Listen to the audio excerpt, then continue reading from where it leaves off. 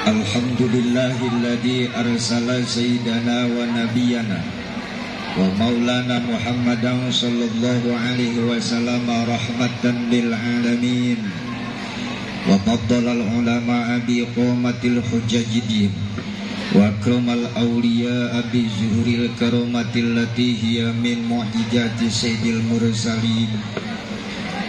Allahumma shalli wa sallim ala sayyidina Muhammadin wa ala alihi wa ashabihi ajma'in, amma ba'du. Qala Allah ta'ala fil Qur'anil Karim, a'udzu billahi minasy syaithanir rajim. Bismillahirrahmanirrahim. Laqad kana lakum sallallahu alaihi wasallam man azama maulidi kuntu syafi'an lahu yaumal qiyamah. Walhamdulillahi rabbil.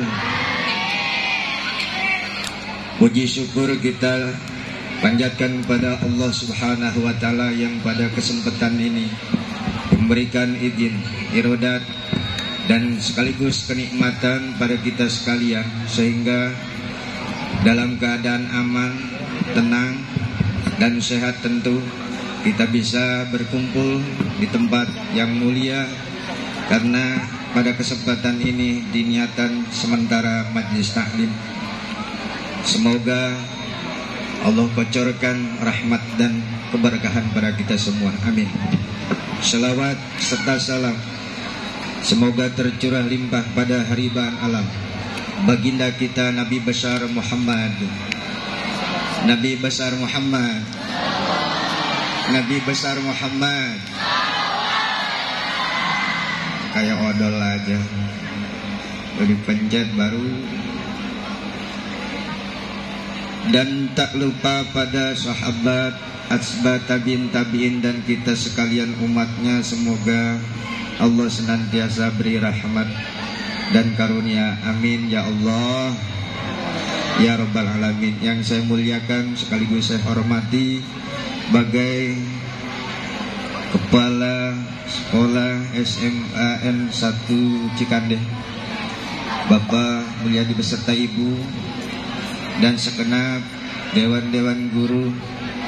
Semoga beliau-beliau pada kesempatan ini yang niat mulia, Allah beri tambah-tambah kemuliaan, panjang umur, sehat walafiat, dan dihasilkan segala cita-citanya. Amin. Amin. Amin. Jarojong batu dek amin. Amin. Amin. Doakan pimpinan orang, insya Unten Nabi marada campur ke bahasa ngerti Sunda ngerti. Alhamdulillah.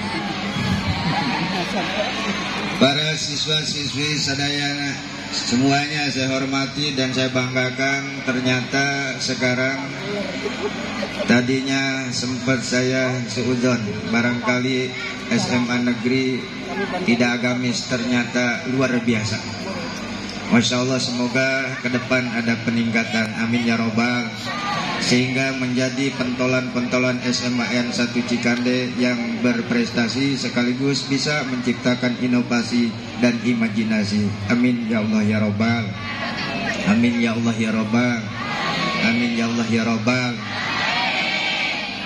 Hadirin wal hadirat, siapa orang keluar dari rumah berangkat menuju niat tolak ilmu agama, dia akan mendapatkan pahala seperti pahala jihad di jalan Allah Subhanahu wa Ta'ala. Amin.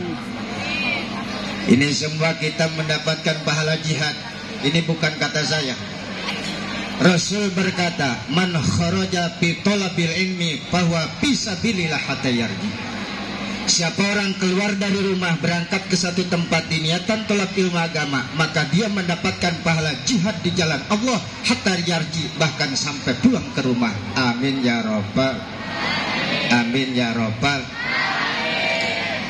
Maka setelah ini acara jangan ada yang keluyuran. Siswa-siswi harus pulang ke rumah kalau ingin mendapatkan pahala jihad. Insya, jangan pulang ke rumah teman. Insya, jangan apalagi pulang ke tempat-tempat bikin pertemuan yang macam-macam, tapi insya Allah semua dijaga diraksa. Amin ya robbal, amin ya robbal.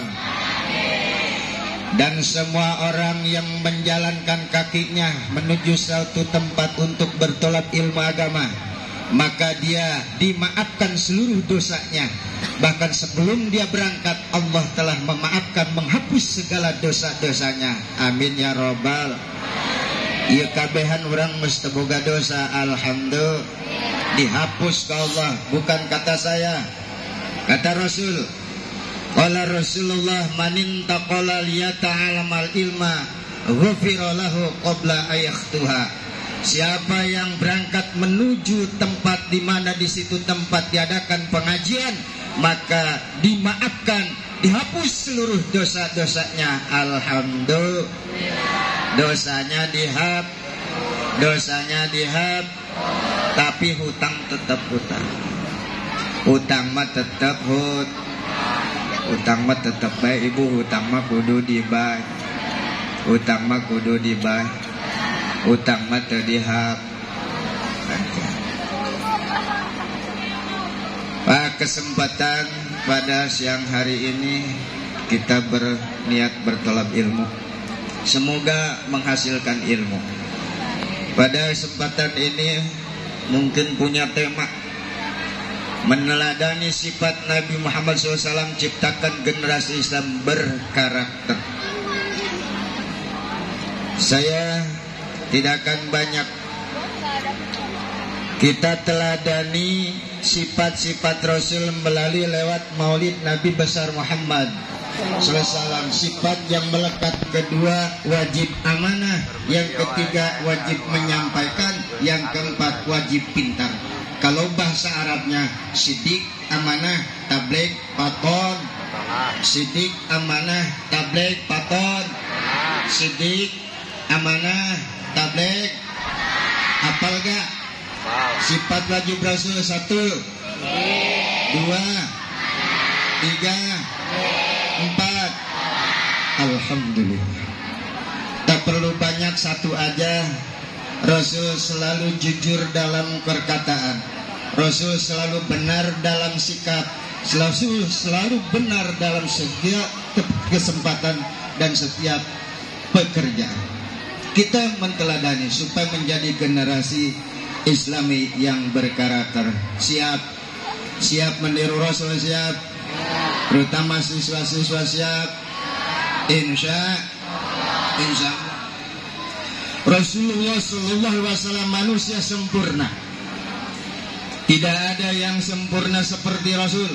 Bahkan salah satu ulama mengatakan kita wajib punya tekad sebagai muslim. Tidak ada pernah Allah membentuk atau membuat manusia semulia Rasul. Dan bahkan tidak akan pernah menciptakan lagi makhluk seperti Rasulullah SAW. Rasul jujur, kejujuran Rasul luar biasa sulit bagi yang mencontohkan kejujuran Rasul. Rasul sangat jujur, sangat benar, yang ditiru dan dicontoh, diaplikasikan oleh para alim ulama pengikut-pengikutnya. Di antaranya yang terkenal adalah ulama tahu Abu Nawas, tahu Abu Nawas, tahu. Alhamdulillah, Abu Nawas mempraktekkan kejujuran yang dipraktekkan oleh Rasulullah SAW. Di mana pernah satu saat Abu Nawas itu seorang sufi, dia anti dunia, punya istri, pekerjaannya ke hutan belantara mencari kayu bakar. Mencari kayu bakar itu setelah dia dapat, kalau kata orang kampung bahasa Sunda nyari pangpung. Pangpung eta kayu bakar anu geus paeh, nu geus garing. Kalau dia sudah dapat dibagi dua, sebagian dia bawa ke rumah, sebagian dibawa ke pasar untuk dijual. Dan setelah menghasilkan uang, hasil penjualan kayu bakar itu uangnya pun dibagi dua, sebagian untuk resiko keluarga, sebagian untuk diinfakkan ke fakir miskin. Luar biasa. Terus tiap hari pekerjaan begitu, kejujurannya satu saat diuji bukan oleh malaikat, tapi seorang jin yang ada di hutan belantara. Satu hari seorang Abu Nawas ke hutan membawa kampak. Kampak itu alat untuk menebang kayu. Kampaknya udah lama, udah jelek, udah berkarat, gagangnya kayu hampir rusak. Pas satu waktu dia menebang kayu, kampak itu lepas, jatuh ke jurang. Dia cari, kampak itu nggak dapat.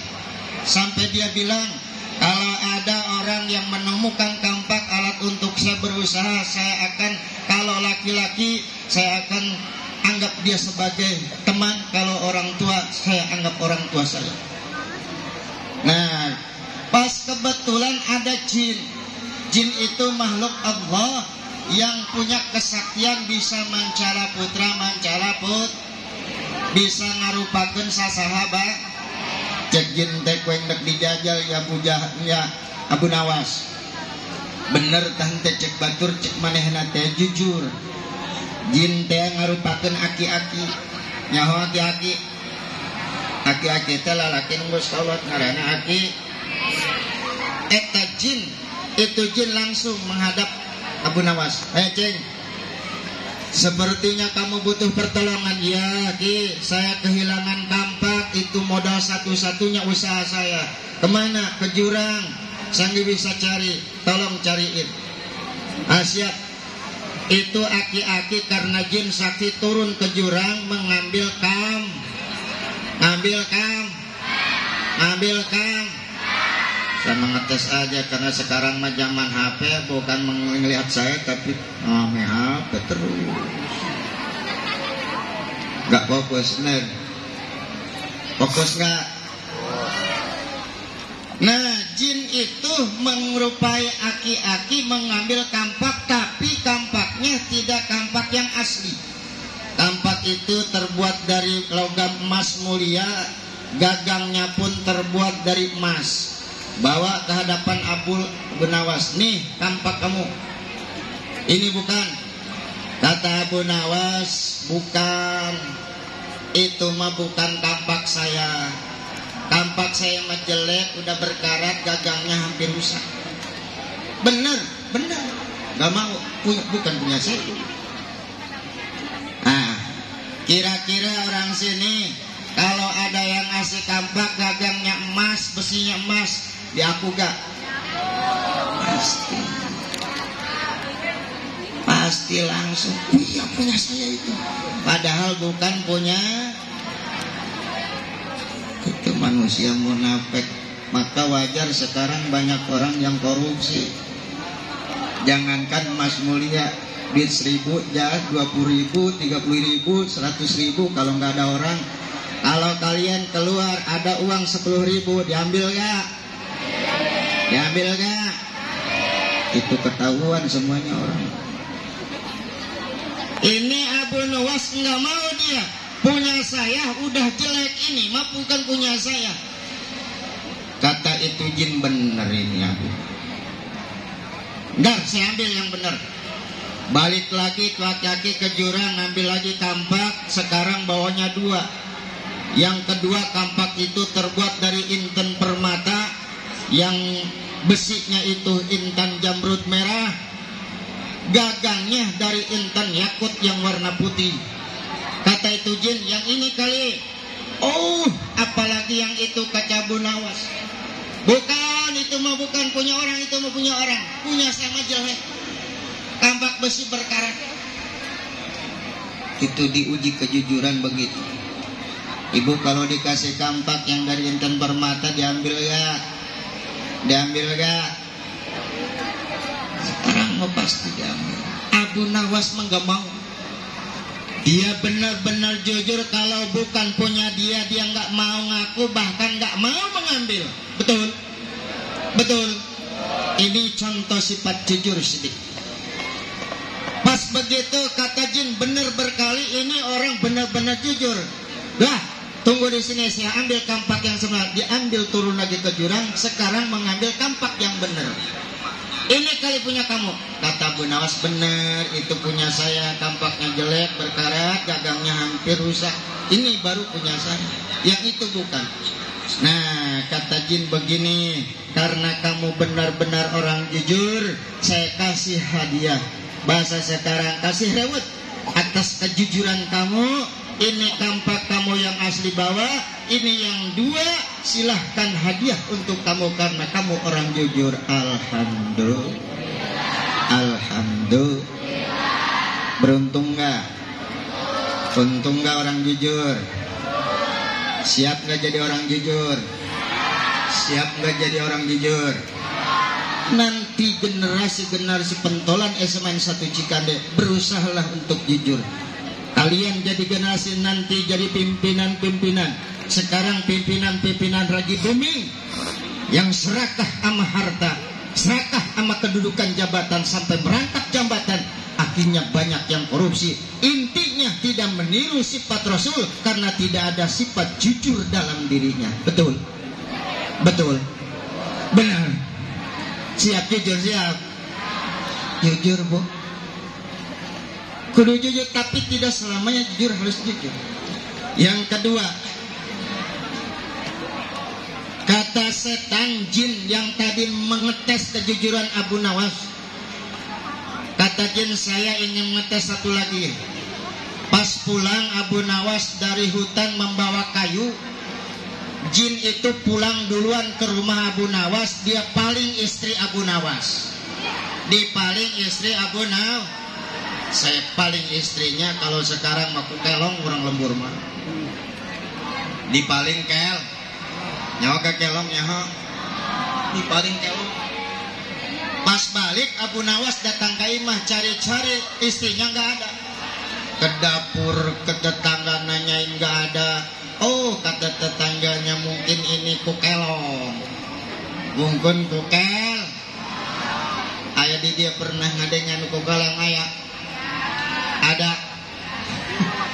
Dulu saya pernah lihat ada yang kukeleng itu, orang kampung itu suka keliling kampung samping ngegebukin niru supaya takut kelongnya. Masa kelong takut sama niru? Ya, akhirnya punya keputusan, ternyata istri Abu Nawas itu hilang. Maka Abu Nawas ngedoa kepada Allah, ya Allah, istri saya kalau memang hilang, siapa saja yang bisa menemukan saya akan aku anak. Kalau orang kecil, kalau orang dewasa, orang tua saya ke bapak. Itu datang lagi aki-aki yang tadi ngetes di hutan cari kam. Nyamperkeun aki-aki, kata aki-aki, ceng, Anda butuh perbantuan. Iya, saya istri saya hilang.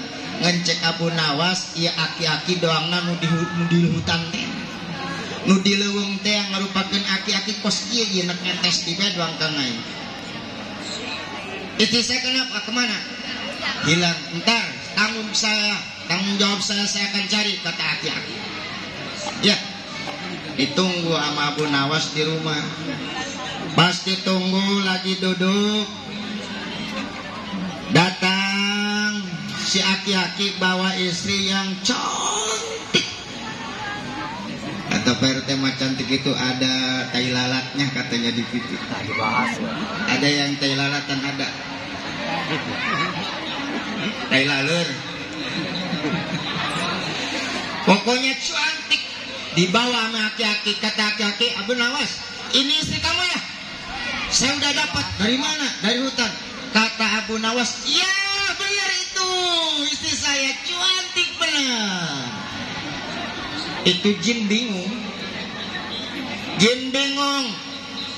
Katanya kamu jujur, katanya kamu sidik, katanya kamu orang benar, bisa dipercaya. Tapi giliran ini saya tahu ini bukan istri kamu. Tapi kenapa kamu aku? Kunangku jadi aku, Abu Nawas. Kata Abu Nawas, giliran dikasih istri cantik mah dia ya. Kalau dikasih kampak mah enggak mah. Kalau dikasih istri mama, kira-kira bapak-bapak gitu juga? Gitu enggak? Asri. Padahal istri aslinya jelek. Karena dikasih cantik ini yang saya banggakan dulu, saya pengen istri yang begini, cuma nasib saya dapat istri yang jelek. Nasib itu mah.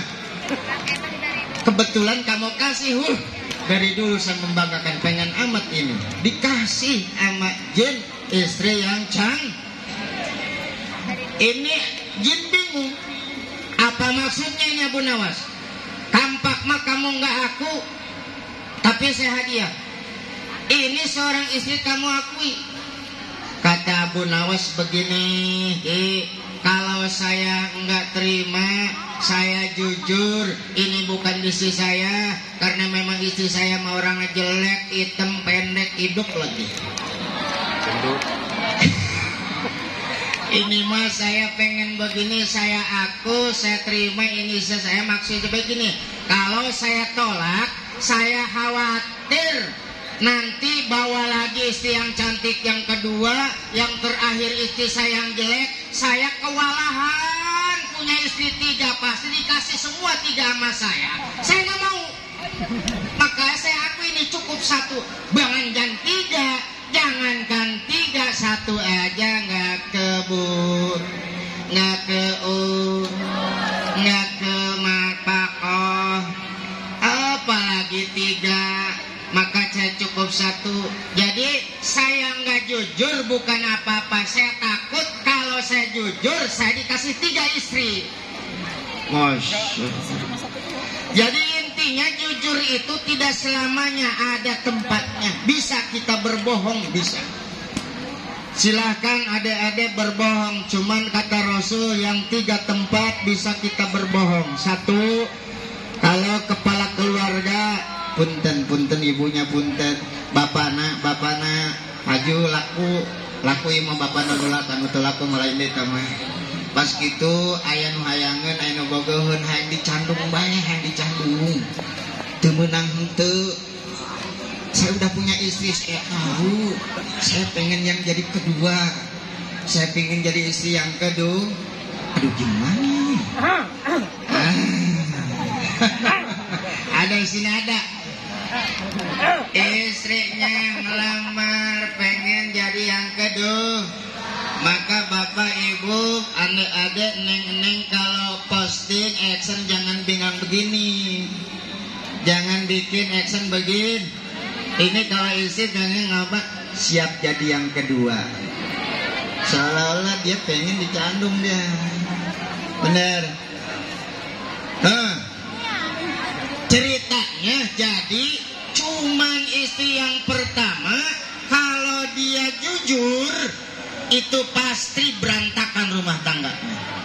Maka kata Rasul, boleh suami berbohong pada istri yang tua bahwa dia nggak apa-apa, cuma 1 di depan istri pertama. Cuma kamu neng, cuma satu-satunya neng. Gak ada, benar-benar sumpah. Mau sempat geledek? Enggak, jangan sampai geledek. Beneran cuma 1. Berbohong demi untuk kemaslahatan supaya istri pertama adem ayem Itu mah contoh, jangan ditiru tapi insya.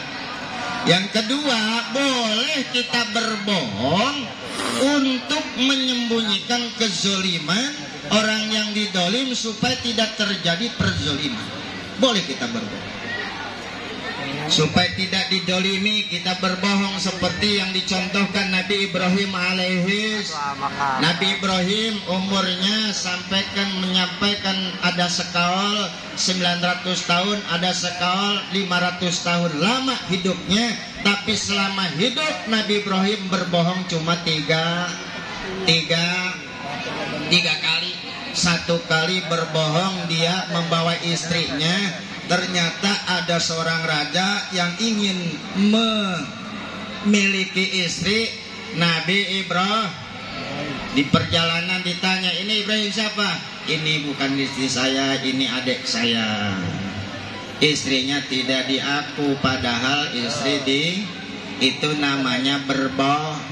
Tapi kalau dia akui itu istrinya, takut istrinya diambil. Itu boleh berbohong. Bapak juga begitu, bawa istri cantik, ada yang garong di jalan. Ini siapa? Bukan istri saya. Siapa? Adik saya. Gak jadi. Kalau memang menginginkan. Ini mah kadang-kadang salah kaprah. Gak diakui istrinya, bukan ada penjahat, bukan apa. Takut katanya dikatain istrinya jelek. Kondangan dia, kondangan. Bahwa istrinya itu siapa? Tetangga. Padahal kesedihan. Karena takut, malu mengakui dia istrinya karena jelek. Masya Allah. Itu kejujuran. Tanamkan sifat kejujuran yang dicontohkan tadi dan berdasarkan pada sumbernya. Nabi kata Nabi Muhammad, Rasulullah SAW diperingati maulidnya. Kita terakhir, ini udah tengah 11. Dikit lagi. Nama Nabi kita adalah Muhammad. Ini oleh-oleh terakhir. Muhammad itu basyarat, hurufnya itu ada 1 huruf, 2 huruf, 3 huruf, 4 huruf. Nah, kita kaji satu-satu. Mim yang pertama kata ulama, maujudul khalaiqi bisababihi, adanya makhluk termasuk adanya surga neraka dan bumi pengisinya, itu sebab adanya Nabi kita Nabi Muhammad.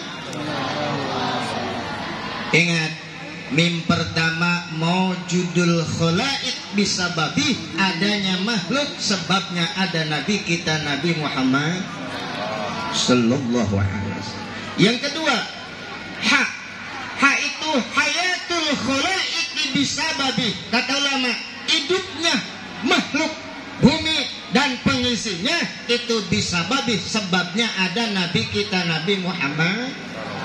Jadi Nabi kita sebab kehidupan seluruh makhluk. Tanpa Nabi kita tak ada makhluk. Karena dasarnya hadis qudsi Allah, laulaka lama khalaqtul aflak. Andai kata Muhammad anjeun teu diciptakeun, moal kami nyiptakeun bumi jeung langit termasuk manusia turunan Nabi Adam. Masya Allah, subhanallah. Hebatnya Rasul, hebat enggak? Mim yang ketiga adalah mautul khalaiq bisababi, mautnya seluruh makhluk disebabkan adanya Nabi kita Nabi Muhammad. Sehingga ada sairan di Sundanya, sairan begini, lamun kangjeng Nabi langgang, tanda orang bahan langgang, usababna Nabi wafat, ciri dunia bakal kiamat. Paham? Mun kangjeng Nabi sampai detik ayeuna teu maut, sampai detik ayeuna masih hidup, pertanda alam tidak akan hancur, manusia tidak akan mati, bahkan tidak akan ada kiamat. Sehubungan Rasul wafat 14 abad yang sudah lalu, bertanda alam akan digulung, alam akan berakhir, sebagaimana dalam rukun iman kita wajib percaya adanya hari kiamat. Hari kiamat. Nah, terakhir dal Muhammad. Dal itu kata ulama dukhulul jannah bisababihi, masuk surga itu sebabnya ada Nabi kita Nabi Muhammad. Karena hadis sahih mengatakan Nabi Adam sekalipun, Nuh, Idris, Hud, Saleh, Ibrahim berikut umatnya tidak akan masuk surga sebelum Nabi kita masuk surga dan kita umatnya masuk surga. Alhamdulillah. Jadi surga diisi karena sababnya ada Nabi kita Nabi Muhammad. Itu hebatnya. Ingat, Muhammad mim pertama maujudul khalaiq, mim hak yang itu hayatul khalaiq, dan mim yang huruf ketiga itu mautul khalaik, yang terakhir duhulul jannah. Semoga kita semua menjadi penghuni surganya Allah. Amin ya robbal, amin ya robbal. Apalagi kita mengadakan maulid Nabi sebagai wujud cinta kita kepada Nabi, diaplikasikan dengan gerak seperti ini, mengadakan pengajian. Mudah-mudahan kita mendapatkan ilmu yang manfaat. Di antara tadi nama Muhammad kita lekatkan dalam hati. Insya Allah mungkin itu yang bisa saya sampaikan. Karena cuaca begitu panas dan ini hari Jumat, semoga ada manfaatnya. Itu Ketua, Pak Kepala, Ibu, mohon maaf, hanya itu yang bisa saya sampaikan. Semoga manfaat. Lain kali kita bertemu dalam gelombang dan acara yang sama. Saya tutup billahi taufiq wal hidayah wal inayah. Wassalamualaikum warahmatullahi wabarakatuh.